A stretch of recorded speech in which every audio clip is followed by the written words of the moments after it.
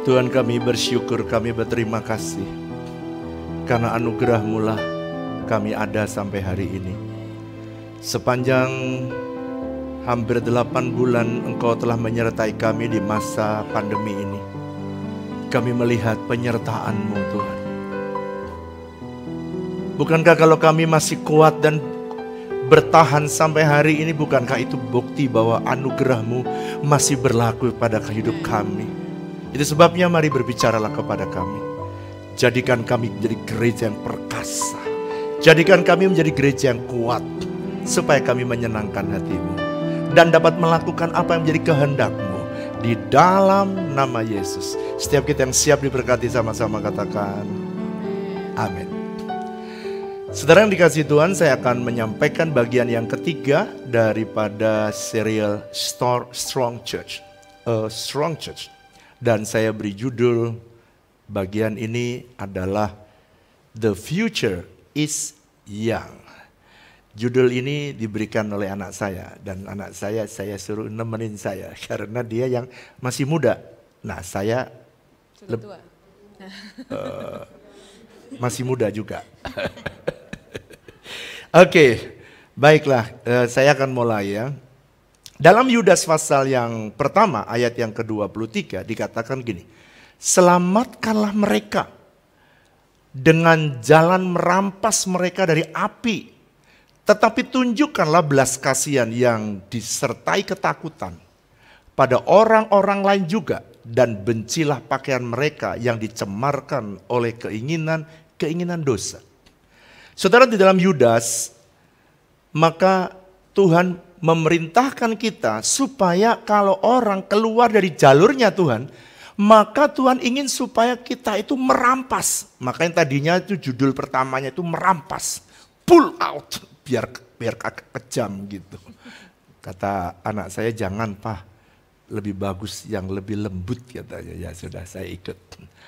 Nah, jadi dengan kata lain dalam Yudas pasal pertama ayat 23, katakan gini, selamatkan mereka dengan jalan apa? Merampas mereka dari api neraka.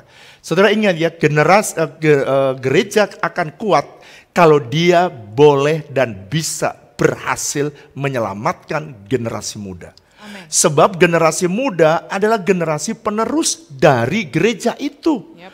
Oleh karena itu kalau gereja gagal memuridkan anak-anak muda, generasi yang di bawah, maka gereja itu tidak punya masa depan. Yeah. So that's why a strong church, gereja yang kuat, adalah gereja yang bisa merampas mereka dari neraka dan mengambil mereka dari dunia dan memuridkan mereka menjadi murid-murid Kristus. Yang setuju katakan amin. Amin. Ada seorang hamba Tuhan dari Melbourne, Australia.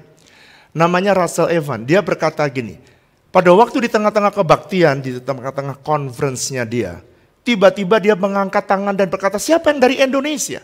Lalu kemudian ketika banyak orang Indonesia maju, tiba-tiba dia mulai berkata, ini pesan Tuhan bagi Indonesia, akan ada banyak anak-anak muda, bahkan dia katakan akan ada banyak jutaan anak muda yang menyala dengan api Roh Kudus dari Indonesia yang akan pergi ke bangsa-bangsa.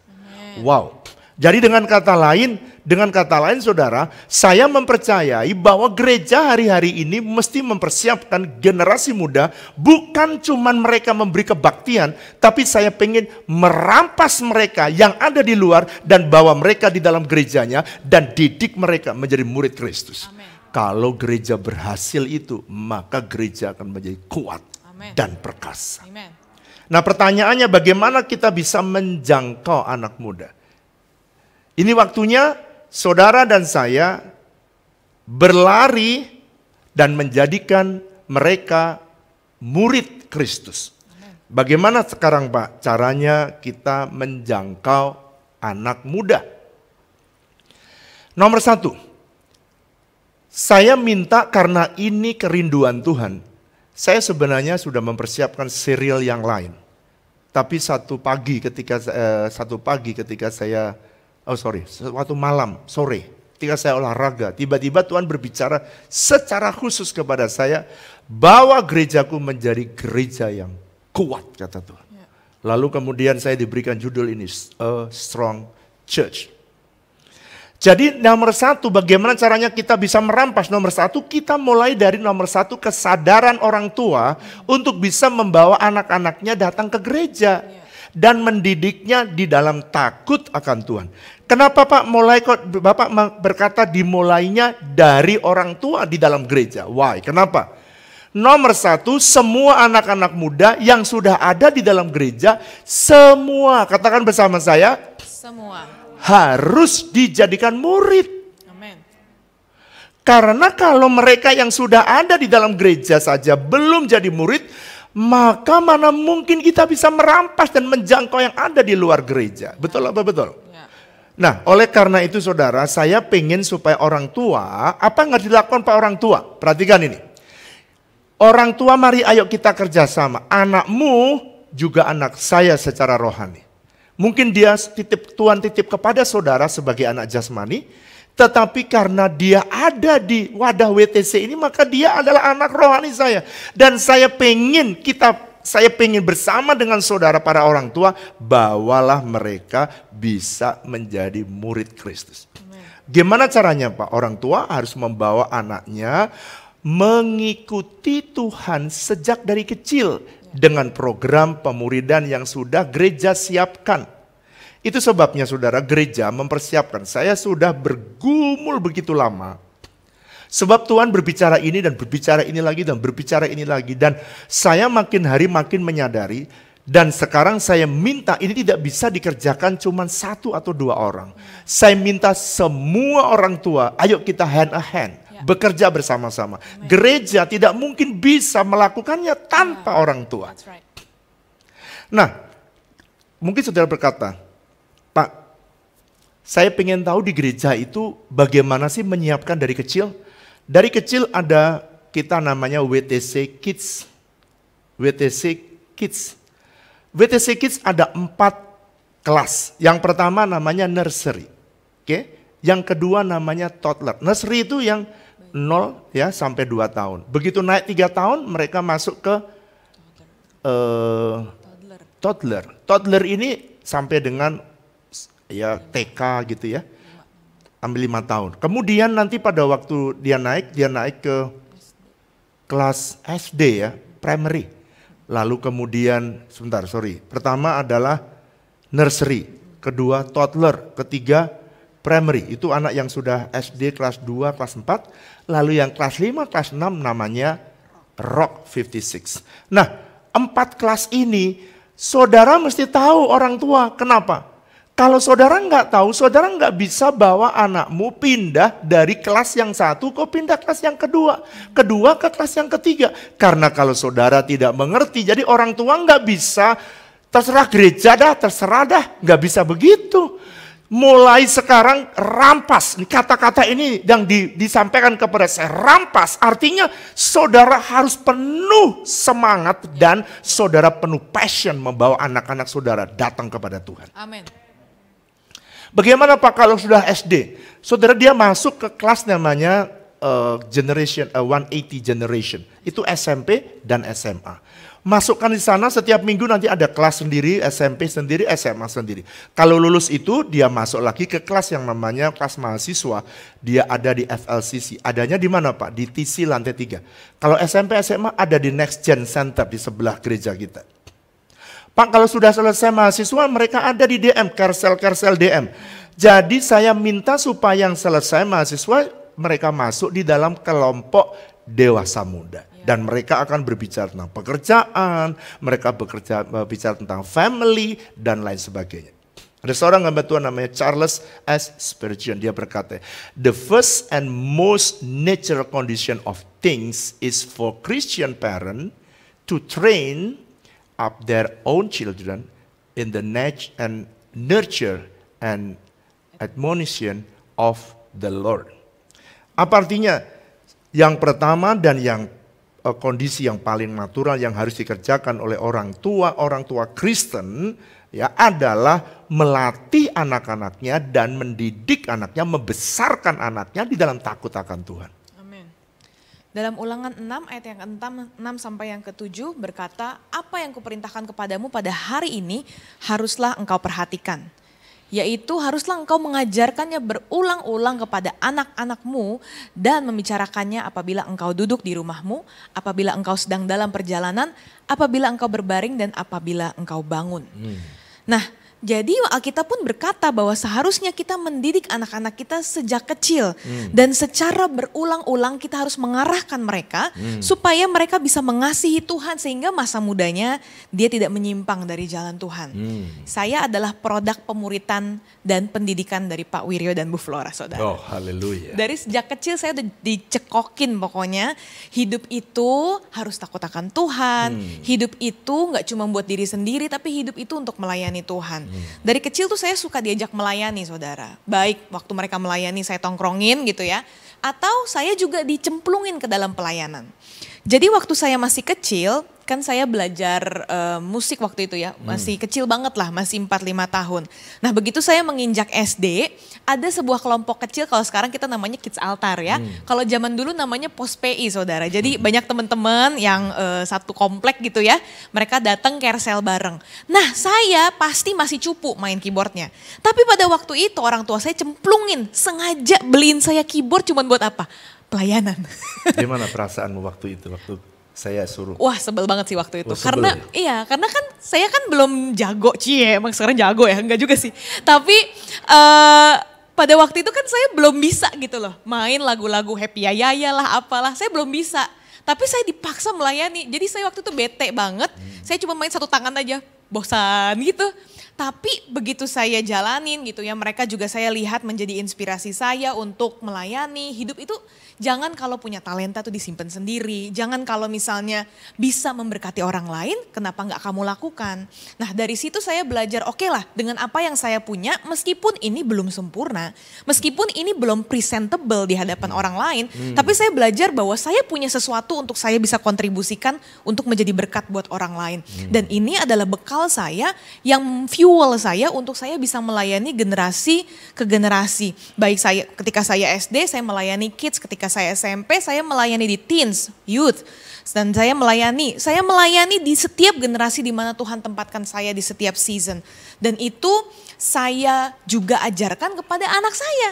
Karena inspirasi ini, karena legacy ini yang datang dari orang tua saya merasa bahwa gak ada hidup yang lebih bahagia selain dari hidup yang melayani Tuhan gitu. Makanya saya ajarin anak saya meskipun waktu itu dia masih ikut kelas nursery waktu itu ya. Jadi 2 tahun saya tuh encourage dia, ngapain sih jadi usher, bisa apa sih anak 2 tahun saudara. Tapi saya encourage dia, kamu melayani ya, kamu lakuin aja apa yang kamu bisa. Emang ngapain mami? Well salaman tangan aja. So semua orang yang waktu itu datang, waktu itu kita masih ibadah offline. Mungkin saudara ada yang pernah disalamin sama anak saya. Jadi anak bocah pakai kostum koboi gitu ya. Lalu dia salamin om tante gak kenal siapa, pokoknya salamin aja pokoknya semua orang disalamin. Nah tapi dari situ pulang-pulang saya tanya, Nikanor seneng gak hari ini melayani? Seneng. Lalu saya pernah tanya sama dia, Nikanor cita-citanya mau jadi apa sih? Mau jadi usher saudara. Jadi lucu banget gitu ya, maksudnya sepolos itu anak-anak bisa mempunyai cita-cita. Dan kalau misalnya saudara bayangkan, kalau seandainya kita bisa encourage mereka dari sejak kecil untuk melayani Tuhan, berkontribusi dari apa yang mereka bisa berikan, bayangkan generasi kuat seperti apa yang bisa kita bangun saat ini.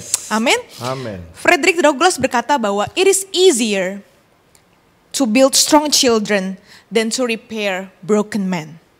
Lebih mudah untuk kita membangun anak-anak yang kuat daripada kita harus memperbaiki orang dewasa yang hancur. Abraham Lincoln juga berkata bahwa teach the children so it will not be necessary to teach the adults. Wow, kalau kita mengajarkan anak-anak dari sejak kecil, maka nggak akan perlu kita mengajarkan orang dewasa. Wow, so powerful. Nah kalau kita tidak memuridkan anak-anak kita, maka dunia akan memuridkan mereka. Sehingga mereka akan menjadi anak-anak duniawi, gen mereka akan menjadi duniawi. Kenapa? Karena banyak sekali influence saudara yang bisa mereka akses kapan saja. It's the internet of things right now. Jadi mereka bisa akses apa saja, mereka bisa tahu segala informasi. Yang mereka butuhkan dari kita para orang tua, orang-orang yang memuridkan mereka adalah bukan informasi, yang mereka butuhkan adalah legacy.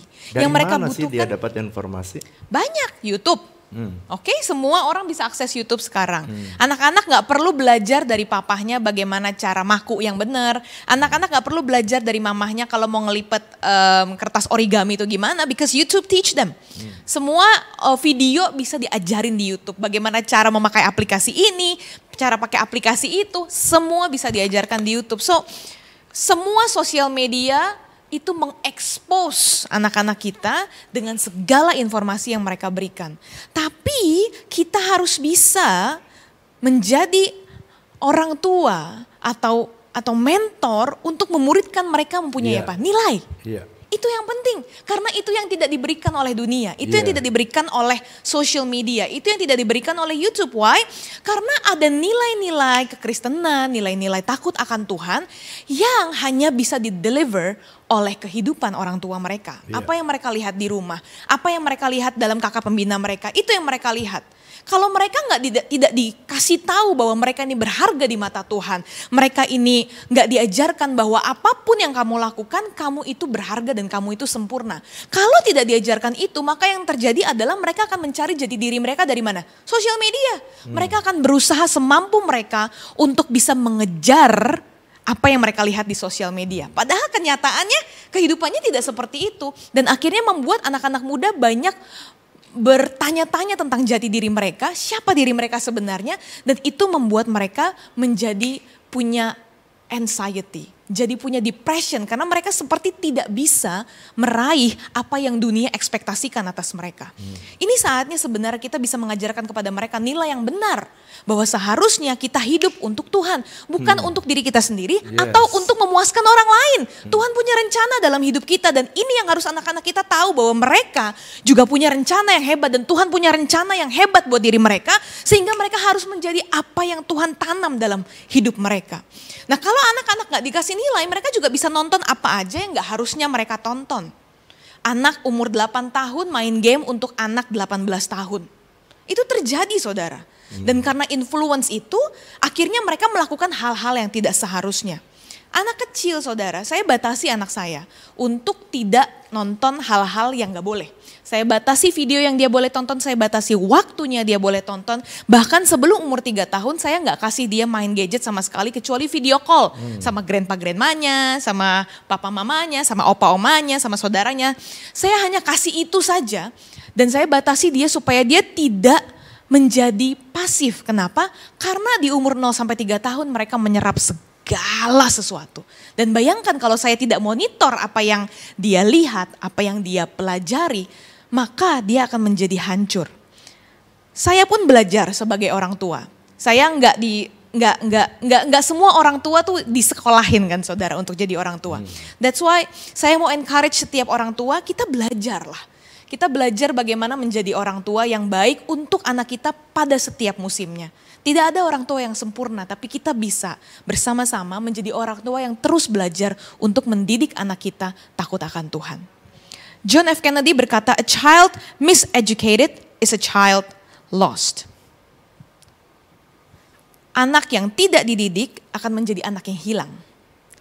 Dan Charles E. Wiseman berkata, "We are going to raise a lost generation of children unless they are properly disciplined and properly spanked." Artinya kita akan membangun generasi yang hilang kecuali anak-anak kita diajar dan dihajar dengan pantas. Saudara, saya mesti terbuka semua ini ya, supaya kita bisa selamatkan generasi muda ini. Ada 4 faktor yang berperan di dalam pendidikan seorang anak atau memuridkan anak. Yang pertama adalah orang tua. Kenapa? Karena saudara yang punya waktu paling banyak. 2, sekolah formal, bisa di TK, SD, SMP, SMA, bisa university. Anda punya waktu di sekolah, anak-anakmu lebih banyak daripada di gereja. Sama nomor satu orang tua, nomor dua yang paling banyak lagi sekolah. Yang ketiga, faktor yang berpengaruh terhadap anak-anakmu adalah lingkungan. Ya. Oleh karena itu orang tua mesti mengatur dan memonitor dengan siapa anak-anakmu itu bergaul. Oke, yang keempat adalah sekolah minggu atau gereja. Kalau sudah gede, gereja. Nah, saya pengen saudara mengerti bagaimana sih interaksinya. Saudara perhatikan, anak itu adalah irisan, kalau kita belajar matematika, anak itu adalah irisan dari pengaruh orang tua, kemudian pengaruh dari sekolah formal, pengaruh dari lingkungan, dan pengaruh daripada gereja atau sekolah minggu. Ya. Dan yang di tengah-tengah irisan paling tengah itulah anak kita. Yang kita rindukan satu hari dia menjadi murid Kristus. Amen. Jadi dengan kata lain saya mau istilah Yudas tadi merampas. Saya pengen mengajak orang tua tidak sekedar Anda bawa ke gereja. No, saya pengen saudara mulai melangkah step by step dan dengarkan step by step kita rampas. Artinya gini, kita mau tolong anak kita. Kita ambil anak kita dari pengaruh dunia yang akan memuridkan mereka kalau kita tidak bersedia merampasnya. Kalau kita tidak bersedia untuk train mereka. Ya. Nah, saudara, itu bagian yang pertama, peran dari orang tua. Saya minta supaya saudara belajar, tahu, dan care dengan anak-anakmu. Yang kedua, pelayanan next gen juga harus dipersiapkan dengan baik di dalam gereja.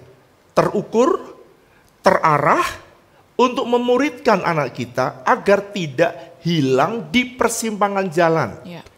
Sebab kalau kita hilang di persimpangan jalan, apa yang terjadi? Kita lost. Kita raise up the lost generation. Kita membangun generasi yang hilang. Ya. Waduh, ngeri sekali. Nah, saya rindu saudara. Perhatikan gini caranya. Karena saudara di gereja itu sudah disiapkan dari mulai WTC Kids, masuk 180 generation, kemudian masuk FLCC sesuai dengan umur mereka. Saya minta supaya saudara perhatikan ini ya, supaya orang tua tahu. Ini kita siapkan pelayanan next generation, mulai dari WTC Kids, kemudian SMP, SMA, mereka ada di 180 generation, kemudian mereka ada FLCC, dan kemudian setelah itu mereka masuk dalam dewasa muda, dan kalau setelah selesai dewasa muda mereka bisa bergabung di dalam kebaktian umum. Kenapa kita mesti memuridkan anak-anak ini sesuai dengan umur? Sebab kita punya program, kita punya cara melayani, apa yang dibahas, makanan mereka itu sesuai dengan umur mereka. Ya. Anak SD tidak mungkin diajari menstruasi. Nggak mungkin saudara kita. Jadi anak-anak diajari taat, disiplin, rajin belajar, taat orang tua, taat Tuhan. Tapi kalau 180 sudah harus diajari karena dia sudah mulai menstruasi. Anak-anak sudah mulai puber, dia harus tahu kenapa pubertas. Nggak mungkin saya ngajari pubertas di dalam gereja umum. Bapak-bapak semua pada tidur saudara. Jadi mereka kita berikan makanan sesuai dengan umur mereka. Pada waktu di FLCC mereka diajar bagaimana mencari pasangan hidup. Bagaimana mereka menemukan nilai-nilai kehidupan karena ini transisi dan seterusnya. Nah pertanyaan saya adalah siapa Pak yang bertanggung jawab membawa mereka? Nah saya pengen perhatikan ini. Pantau dan arahkan dengan baik serta rangkul anak-anakmu supaya mereka memiliki komunitas yang benar di dalam gereja. Jadi begini, saya pengen saudara ini berpikir bersama-sama dengan saya. Anggaplah anakmu itu juga anakku. Dan saya sedang memikirkan anakmu supaya kita bisa raih dan selamatkan generasi muda kita. Nah sekarang perhatikan, ada ini masalahnya ya. Ada anak yang umurnya sudah SMP, tapi dia tetap mau di sekolah minggu. Karena apa? Dia bilang, enggak saya senang di sini. Kenapa? Di 180 dia bilang saya nggak punya teman, nggak ada yang cocok. acaranya nggak enak. Sekarang saya tanya, kalau anakmu udah umur SMP, saudaralah yang harus mencarikan kelas. Saudara yang harus menuntun kelas. Ayo nak, kamu harus pindah di kelas yang baru, di generasi 180. Saudara sama seperti saudara, kalau anakmu sudah kelas 5, kelas 6, saudara pasti sudah diajar, nanti lulus ya nak ya, kamu harus cari sekolah. Siapa yang cari sekolah? Orang tua. Sekolah apa yang akan saudara pilih? Orang tua. Anakmu datang ujian, tes, tapi yang nyari orang tua. Bisakah orang tua yang saudara dengar hari ini, saudara ngerti-ngerti di kids aja ada 4 kelas. Kalau umurmu kelas 3, umur 3 tahun, dia mesti pindah ke toddler, jangan di nursery. Karena makanannya, mainannya beda, sama-sama main. Nah kemudian dari toddler dia pindah, makanannya lain. Setelah dia SD, saudara yang pindahin. Kalau dia nggak mau, saudara yang bertanggung jawab. Sekarang, ada anak-anakmu. Sekarang ya, saya tanya saudara. Ada anak, dia berkata begini, "Mah, saya nggak mau sekolah minggu." Ya, kenapa nak? Nggak enak sekolah minggunya. Terus saudara kok izinkan naik kebaktian umum. Ngapain dia? Main HP mamahnya. Paling tidur. Sekarang saya balik. Kalau anakmu kau suruh sekolah di SD, pergi sekolah, dia bilang nih, enggak mami, enak sama mami aja. Di rumah lebih enak. Saya tanya saudara izinin apa enggak? Enggak lah. Ambiar aku nanti. Dia berkata enakan ikut mami enak. Sampai 15 tahun dia sekolah, enggak mau ikut mami. Please mulai kita aware, saya berdoa kalau anakmu berkata dia tidak mau, saudara jangan biarkan karena kita mesti rampas. Katakan bersama saya, rampas. Kita enggak boleh biarkan anak kita berjalan semaunya sendiri. Saudara tadi dengar kesaksian Ike pada waktu dia mulai melayani anak-anak yang ada di Kids Altar. Kalau sekarang dia mulai main musik, saya lihat dia umur kelas 3 atau kelas 4 SD, dia sudah saya ajarin dan saya tongkrongin di situ. Dan walaupun dia mukanya agak asem sedikit, selama sebulan, 2 bulan dia sudah nggak asem, udah happy. Waktu dia ulang tahun, sama anak-anak teman-temannya saya rayakan di situ, nyanyi happy birthday. Wah, dia bertumbuh bersama-sama dengan komunitas. Seorang tua jangan tidak care dengan anaknya yang tidak mau pindah dan maunya di ibadah raya. Nanti kalau kita sudah offline, saya tidak mau saudara, orang tua membiarkan anakmu duduk di sampingmu. Kalau kau tidak izinkan anakmu SD, dia mau sekolah di rumah bersama dengan saudara, aku mau main sama mami, aku mau ke kantor sama mami. Kalau Anda tidak izinkan dia seperti itu di rumah dan di kantor, kenapa tidak demi masa depan dia? Kenapa kamu tidak buat anak-anak kita ada pada umur dan pelayanannya? Ya. Oleh karena itu, saya mempunyai solusi. Ini solusi saya.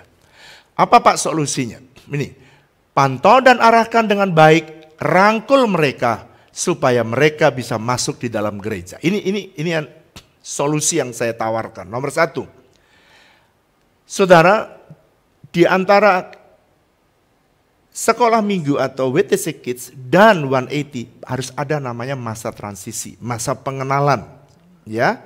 Demikian juga dari 180 ke FLCC. FLCC turun ke 180, 180 naik ke, harus ada masa transisi.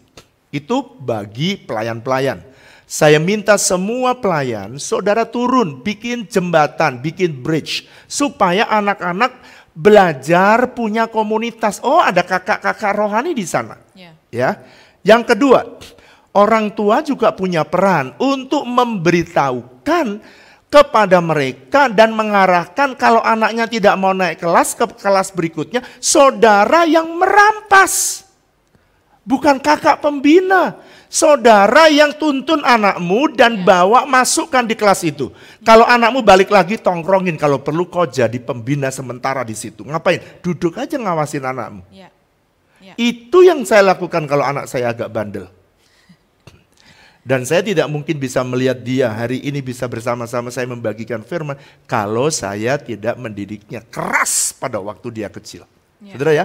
Jadi saudara orang tua, para orang tua sama seperti saudara mencari kelas, saudara yang harus berpikir umur ini anakku di kelas apa ya. Saudara kalau nggak ngerti ada kakak-kakak sekolah minggu, ada kakak-kakak 180 yang mengajar, ada FLCC, saudara bisa tanya, Kak kalau SMP di mana kelasnya? Di sini Bu. Pak kalau SN di mana sono? Saudara pasti akan diarahkan dan saudara bertanya, malu bertanya, sesat di jalan dan nggak bisa pulang.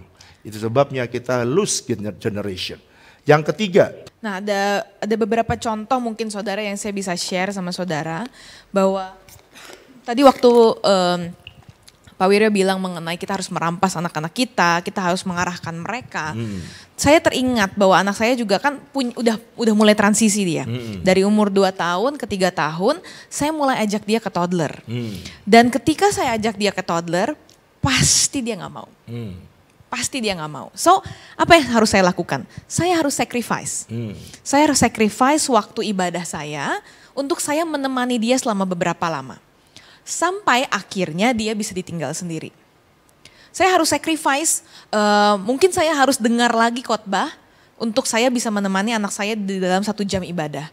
Dan sekarang saudara, karena dia sudah terbiasa dengan lingkungannya yang toddler, dia sudah bisa, saudara bisa ikut kids altar nongkrong di depan Zoom gitu ya. Wow. Lalu dia happy saudara, dia bisa sharing sama teman-temannya, dia bisa agak sedikit pamer sama kakak sekolah minggunya gitu ya, punya mainan apa. Dan dia bisa nyaman kalau kita punya bridging yang baik. Ketika kita mengarahkan, maka kita nggak cuma nyuruh-nyuruh dia, tapi kita actually make the sacrifices necessary untuk kita temani dia dan merasa nyaman dengan lingkungan yang barunya. Untuk ngarahin dia bahwa it's okay punya lingkungan baru, normal. Kehidupan juga begitu, kehidupan itu kan ganti terus musimnya. Nah dia harus terbiasa dengan lingkungan yang baru, lingkungan yang dia nggak familiar, tapi lama-lama dia bisa beradaptasi. Bahkan saudara sekarang tanpa diajarin, dia bisa berdoa sendiri, bisa doain teman yang sakit, bisa doain biar nggak ada yang kebanjiran. Aneh sih memang. Dia bisa doain pokoknya berkati kakak-kakak, berkati teman-teman, dan itu saya sama papahnya nggak pernah ngajarin saudara. Itu pasti adalah alasan apa yang dia lihat setiap hari, apa yang diajarkan oleh orang tua setiap hari, pasti berbuah baik ke dalam kehidupan anak-anak kita. Makanya saya pesan bahwa anak-anakmu juga dalam kids altar. Kalau saudara nggak tahu bagaimana caranya, hubungi aja Instagram WTC Kids. Pasti ada cerita banyak kesaksian dari orang tua yang anaknya dibawa di kids altar. Saya waktu lihat video cucu saya bisa berdoa. Wow, 3 tahun bisa berdoa supaya rumahnya tidak banjir. How can gitu.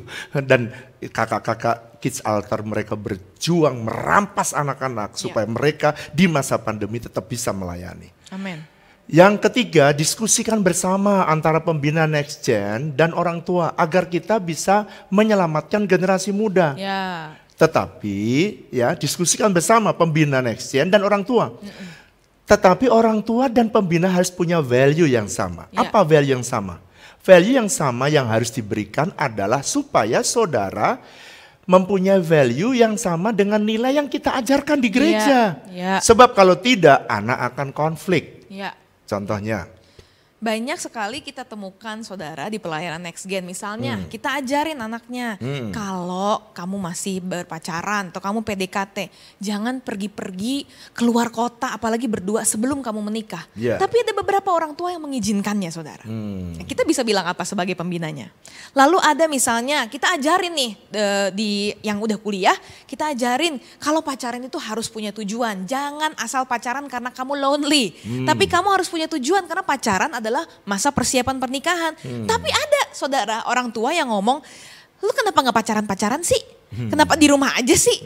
Kan banyak mantan, banyak pengalaman katanya. Oh, gak laku artinya itu ya. Nah kan beda saudara, ini kakak pembinanya gimana ngomongnya? Anaknya pasti confused. Anaknya akan nanya lagi ke kakak pembinanya, Kak tapi papa mama saya ngomong gini, kita bisa ngomong apa saudara? Yang kids, yang 180 diajarin baca Alkitab setiap hari, berdoa setiap hari. Tapi di rumahnya gak diajak mesbah. Tapi dia gak melihat orang tuanya juga baca Alkitab. Well mereka pasti confused dan mereka akan datang ke kakak-kakak pembinanya lagi saudara. Mereka akan bertanya, jadi sebenarnya yang benar yang mana Kak? Nah ini adalah hal-hal praktikal yang kita alami di lapangan gitu saudara kira-kira. Nah kita harus diskusi. Saudara saya dengar persoalan-persoalan anak muda itu begitu banyak. So that's why kita mesti rampas orang tua, kita ajak kerjasama sekarang. Saudara, nilai-nilai yang kalau saudara nggak tahu, saudara pengen tahu apa sih yang diajarkan, saudara bisa minta kepada kakak-kakak pembina apa sih yang diajarkan supaya saudara bisa selaras bersama dengan kakak-kakak pembina untuk mengarahkan anak-anak kita. Yang setuju katakan. Amin. Yang D, jemaat dan orang tua dapat juga memberikan masukan yang berarti bagi pelayanan next gen atau gereja, agar semakin efektif menjangkau anak-anak kita.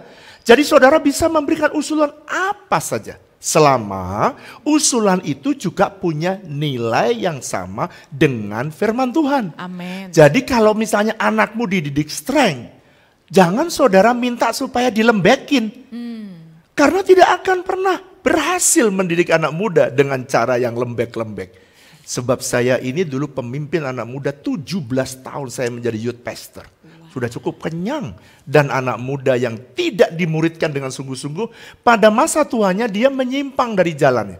Tapi yang dimuridkan, saya udah lihat. Anak-anak yang saya muridkan, mereka jadi hamba-hamba Tuhan hari ini. Karena dari awal mereka dimuridkan.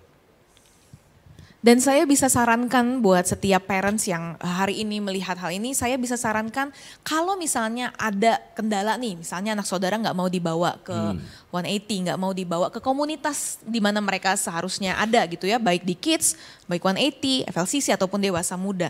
Maka saudara bisa membuka coba dialog yang sehat dengan kakak-kakak pembinanya. Antara parents dan pembina untuk apa? Untuk berdiskusi bagaimana ya caranya supaya anak saya bisa ikut. Dan bagaimana kita antara orang tua dan kakak-kakak pembina bisa bekerja sama membuat sebuah custom strategy. Untuk membawa anak ini bisa masuk ke dalam komunitas yang benar. Karena saya percaya setiap orang yang Tuhan percayakan memang punya karakteristik berbeda-beda. Tapi mari kita bersama-sama bekerja sama, kita bukalah dialog yang sehat.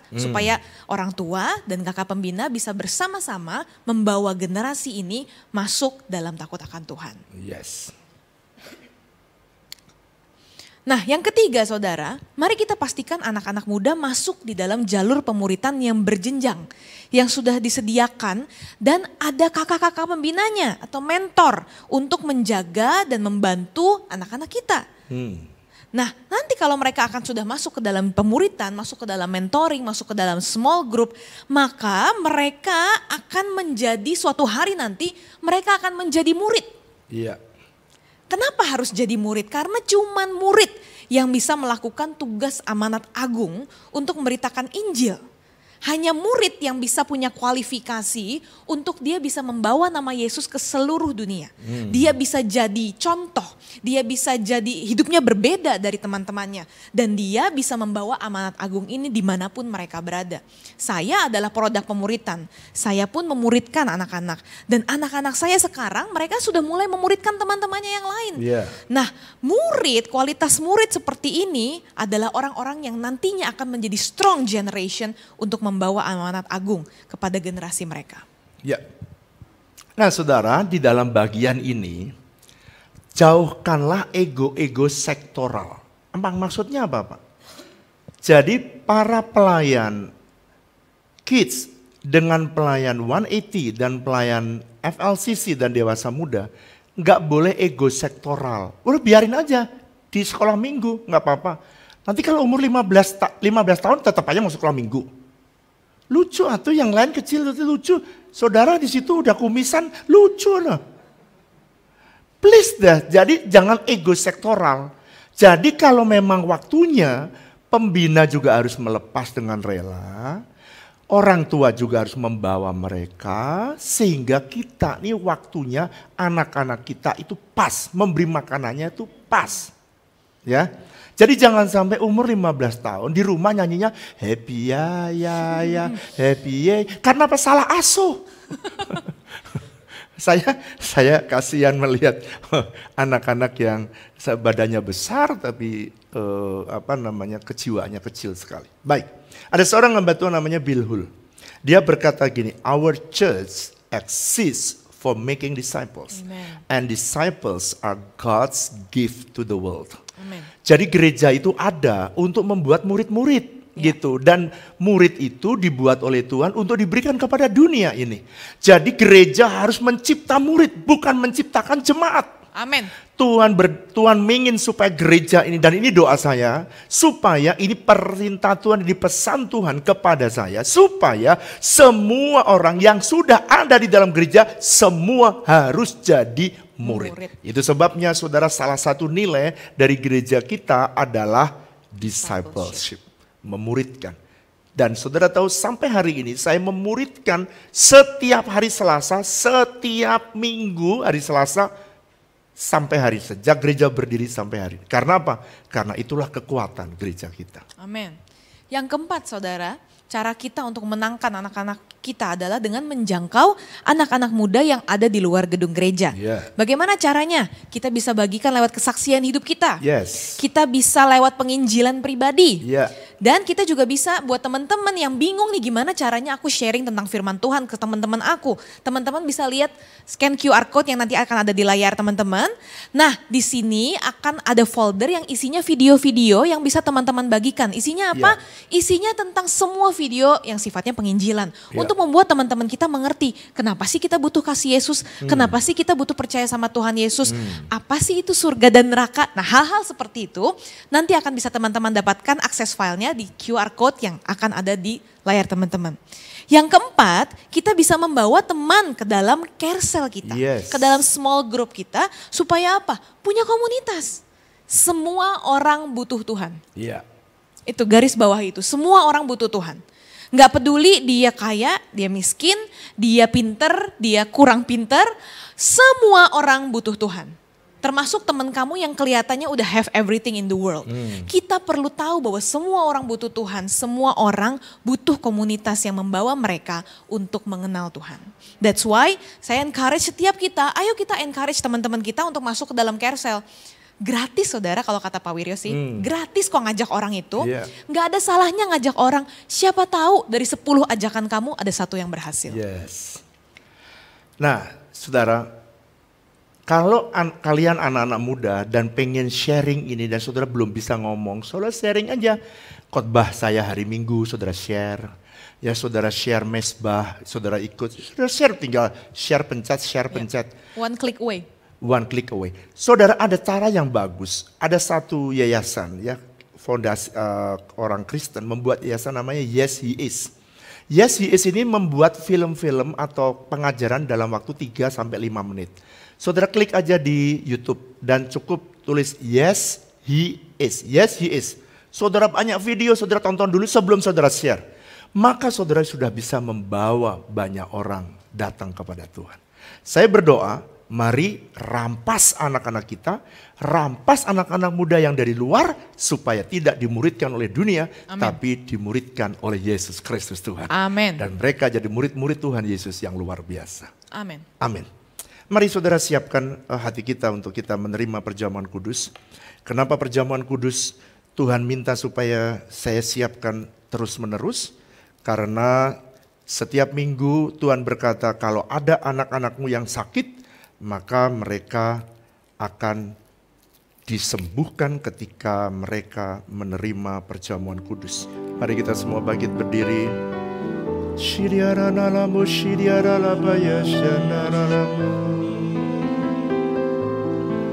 Haleluya. Sebab apa yang telah kuteruskan kepadamu telah aku terima dari Tuhan, yaitu bahwa Tuhan Yesus pada waktu malam ia diserahkan, ia mengambil roti. Mari angkat roti di tangan kanan kita tinggi-tinggi. Dan sesudah itu ia mengucap syukur atasnya dan ia memecah-mecahkannya. Dan ia berkata, inilah tubuhku yang diserahkan bagi kamu. Dan perbuatlah ini menjadi peringatan akan aku. Kekasih-kekasih Kristus, bukankah roti yang kita pecah-pecahkan ini adalah persekutuan kita dengan tubuh Kristus? Mari makan saudara, dalam nama Yesus.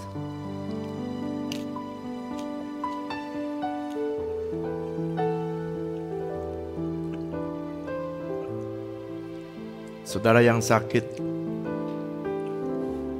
mari angkat cawan tangan di tangan kanan kita. Saudara yang sakit, perhatikan darah Yesus bukan hanya menebus dosamu, tapi darah Yesus juga menyembuhkan semua sakitmu. Oleh bilur-bilurnya kamu menjadi sembuh. Sebab biluris keluar darah dan darahnya itulah yang menebus dosamu dan menebus semua penyakitmu. Waktu kau minum perjamuan kudus ini, yakinlah dan percayalah. Percayalah. Darahnya menyembuhkan, bilurnya menyembuhkan. Kekasih-kekasih Kristus, bukankah cawan pengucapan syukur yang atasnya kita ucapkan syukur ini adalah persekutuan kita dengan darah Kristus? Mari minum dalam nama Yesus.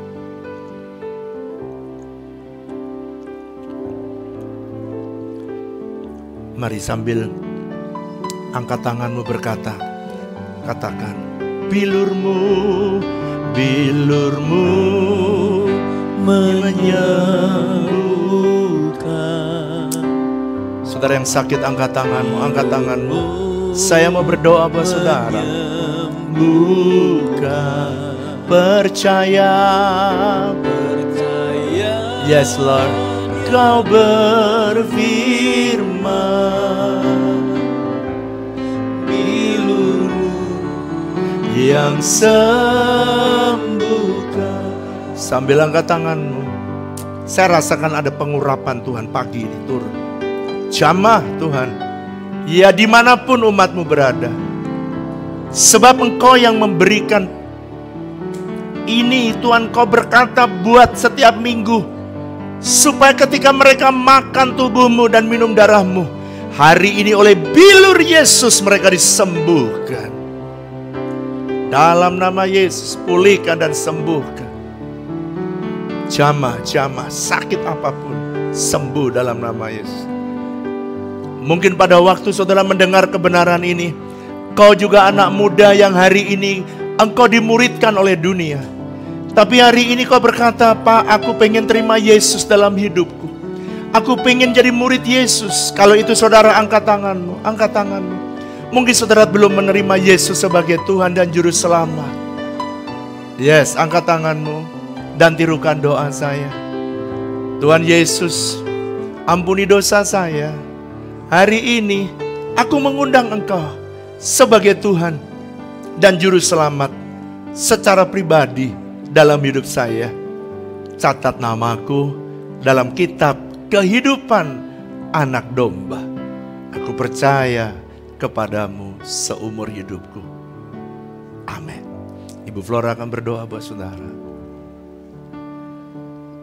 Bapa Surgawi, kami datang kepadamu. Yes. Kami bersyukur buat kesempatan kami beribadah dan mendengarkan apa yang Tuhan ingin sampaikan. Iya, Tuhan. Kami bersyukur bahwa kami ada di tengah-tengah sebuah keluarga. Aku berdoa Tuhan, biarlah kami membangun masa depan kami dengan kami membangun bersama dengan anak-anak kami. Iya, Tuhan. Aku berdoa Tuhan, ampuni kalau selama ini kami sebagai orang tua, kami kurang peduli, kami kurang care, kami pikir bisa berjalan aja. Tetapi Tuhan, hari ini Kau menaruh pesan-Mu yang kuat. Ajari kami ikut ambil bagian membangun kerajaan Allah di bumi ini dengan kami mendidik anak-anak kami dalam kebenaran. Yeah. Kami mau berdoa Tuhan buat setiap anak-anak dalam keluarga.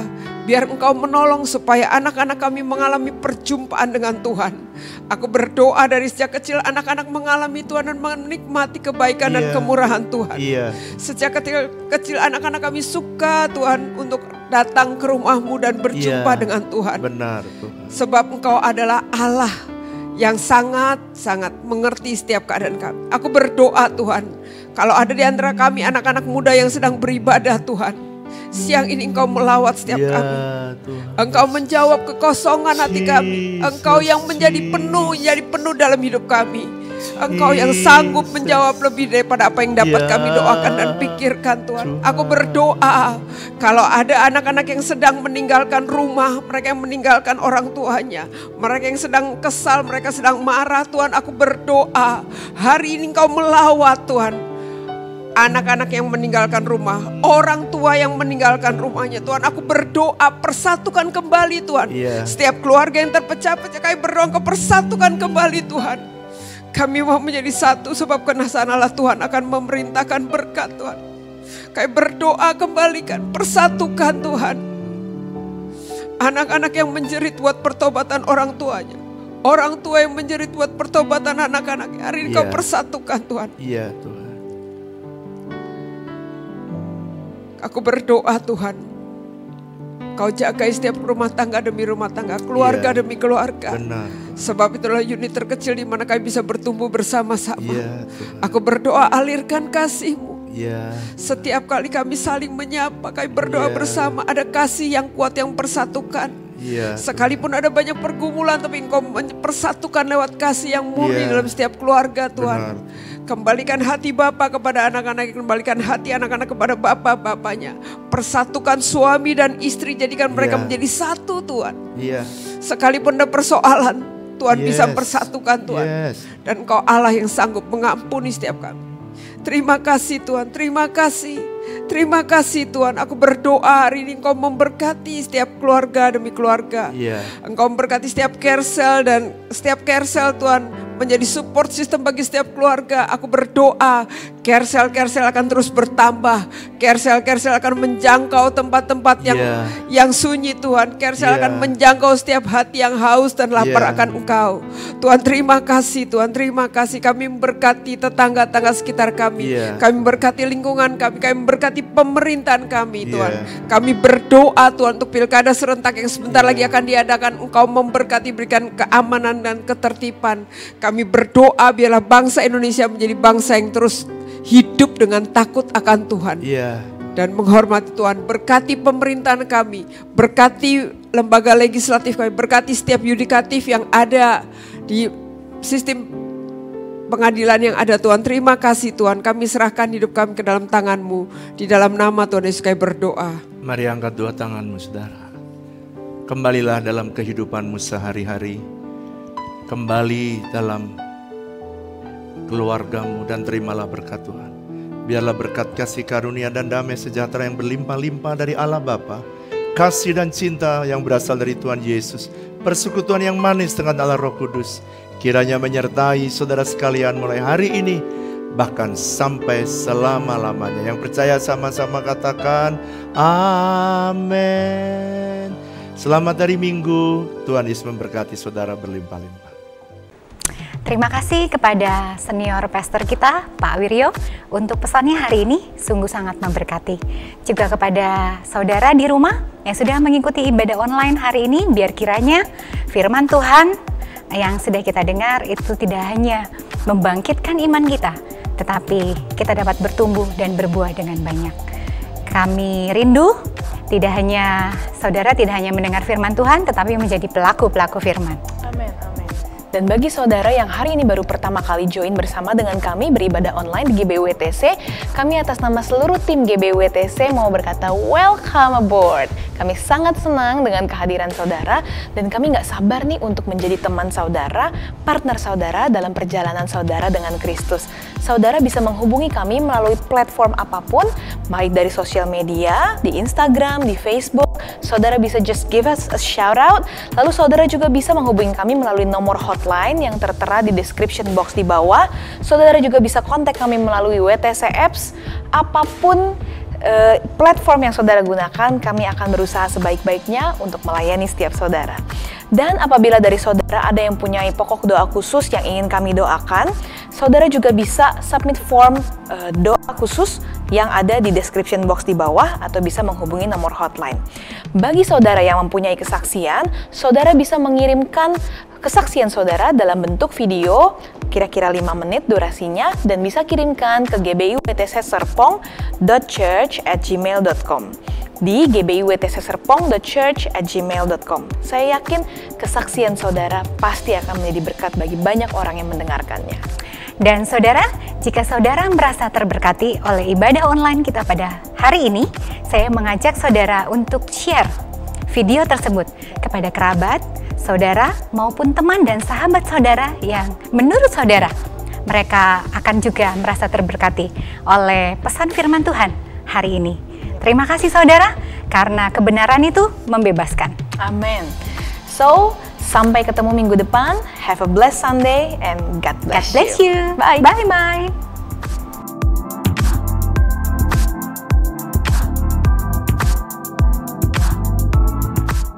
Shalom saudara, pernahkah kita berpikir bagaimana banyak hamba-hamba Tuhan atau orang-orang percaya dipakai dengan karunia kesembuhan ilahi, mengusir setan, membangkitkan orang mati, bahkan melakukan hal-hal yang luar biasa? Misalnya di dalam Alkitab, Musa, Paulus, Petrus, dan banyak tokoh iman lainnya melakukan hal-hal yang luar biasa.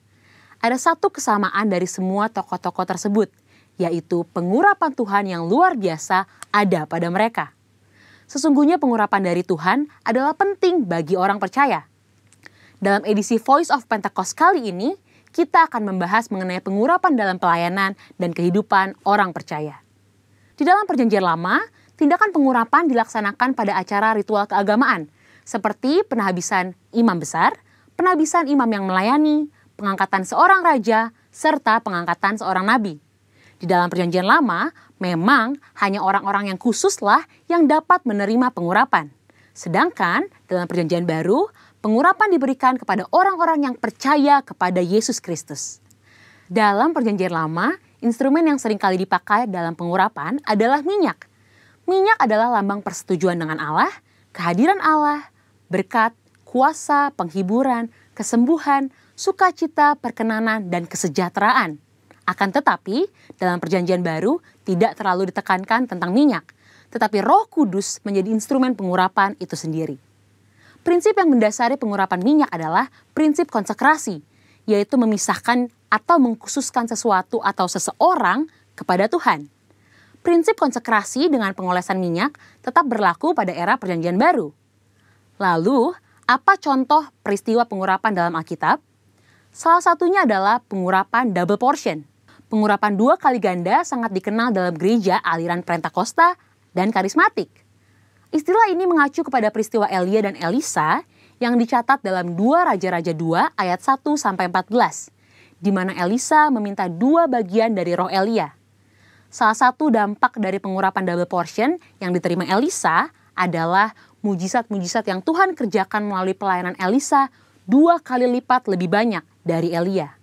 Hal ini tidak membuktikan bahwa Elisa lebih hebat dari Elia, justru lebih membuktikan bagaimana mentoring yang dilakukan Elia kepada Elisa berhasil.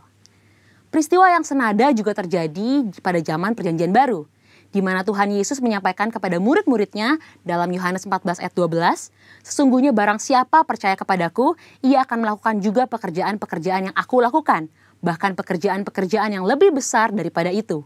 Maksud perkataan Tuhan Yesus bukan berarti orang percaya lebih hebat darinya, melainkan orang percaya akan melakukan pelayanan yang menjangkau lebih banyak orang, serta pelayanan kepada bangsa-bangsa non-Yahudi. Dengan perkembangan teknologi, internet, dan media sosial, kini semua pelayanan penjangkauan dimungkinkan. Roh Kudus memenuhi dan mengurapi orang percaya untuk melakukan pelayanan tersebut. Pengurapan double portion merupakan pengurapan untuk pelayanan yang lebih besar. Umumnya terjadi dalam konteks bapa rohani dengan anak rohani. Orang percaya yang merindukan pengurapan tersebut tentu harus membangun hubungan bapa anak dengan pemimpin rohani yang Tuhan Yesus tempatkan di atasnya. Selanjutnya, apa maksud dan tujuan dari pengurapan? Dalam Lukas 4 ayat 18-19 dijelaskan bahwa Yesus Kristus sebagai yang diurapi. Jikalau Yesus saja menerima pengurapan dari Allah, terlebih lagi kita sebagai orang percaya. Oleh karena itu, pengurapan harus disadari sebagai bagian dari perjalanan orang percaya dalam menjalankan panggilan Kristus. Dalam hidup setiap hari, Tuhan pun telah berkata bahwa Ia sebagai gembala yang baik akan mengurapi kepala orang percaya dengan minyak. Pengurapan yang diberikan kepada orang-orang percaya dalam era Perjanjian Baru bukanlah untuk tujuan keselamatan atau berkat secara jasmani, namun untuk tujuan pelayanan, yaitu pemberitaan Injil dan menyatakan kuasa Allah. Dan yang terakhir, pengurapan merupakan bagian tidak terpisahkan dari hidup orang percaya. Salah satu yang membedakan antara orang percaya dengan orang yang belum percaya adalah adanya pengurapan Tuhan dalam hidupnya. Sebagai pengikut Kristus, pengurapan bukanlah sesuatu yang asing, melainkan menjadi bagian yang penting penting dalam perjalanan iman dan keseharian kita. Dengan demikian, orang yang percaya kepada Kristus sudah seharusnya menjadikan pengurapan sebagai bagian yang penting dan tidak terpisahkan dari hidup mereka. Sekarang adalah era Pentakosta yang ketiga, di mana orang percaya menjadi the messenger of the third Pentecost. Dan pengurapan sungguh sangat kita perlukan untuk menuntaskan amanat anggungnya. Misi kerajaannya tidak dapat dilakukan dengan kekuatan kita sendiri. Jadi, kita jangan sampai melewatkan kesempatan untuk menerima pengurapan dari Tuhan melalui para pemimpin rohani kita. Mari terima pengurapan Tuhan dengan iman dan mulai melangkah untuk mengerjakan apa yang Roh Kudus perintahkan di dalam hidup kita. Tuhan Yesus memberkati.